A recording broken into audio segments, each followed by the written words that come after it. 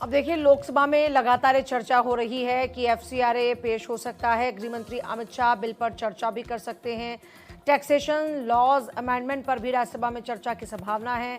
वित्त मंत्री निर्मला सीतारमण बिल को आज रखने वाली हैं। तो आज ये खासतौर पर 4 बिल जिनको सदन के पटल पर रखा जाएगा।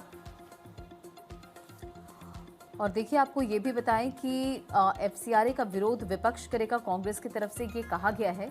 कांग्रेस के संगठन महासचिव केसी वेणुगोपाल ने कहा कि अगर केंद्र सरकार संसद में प्रस्तावित एफसीआरए बिल पेश करती है तो कांग्रेस और दूसरे विपक्षी दल इसका पुरजोर तरीके से विरोध करेंगे।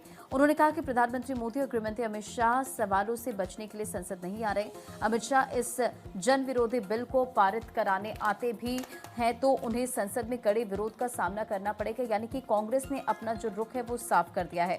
तो देखिए, आपको बताएं कि मानसून सत्र का सोमवार से शुरू हो रहा आखिरी हफ्ता भी हंगामेदार हो सकता है और आपने लगातार तमाम सेशंस देखे कि किस तरह से कार्यवाही जो है वो हंगामे की वजह से बार बार स्थगित करनी पड़ी। अब देखिए, इसमें सरकार फॉरेन कंट्रीब्यूशन रेगुलेशन एक्ट यानी कि एफसीआरए संशोधन बिल ला सकती है और इसके लिए सरकार और विपक्ष की तरफ से तैयारी भी की जा रही है। दूसरी तरफ कांग्रेस ने यह कहा है कि एफसीआरए का वो विरोध करने वाला है, पुरजोर तरीके से विरोध किया जाएगा, क्योंकि कांग्रेस के संगठन महासचिव केसी वेणुगोपाल ने इसे लेकर स्टेटमेंट दिया।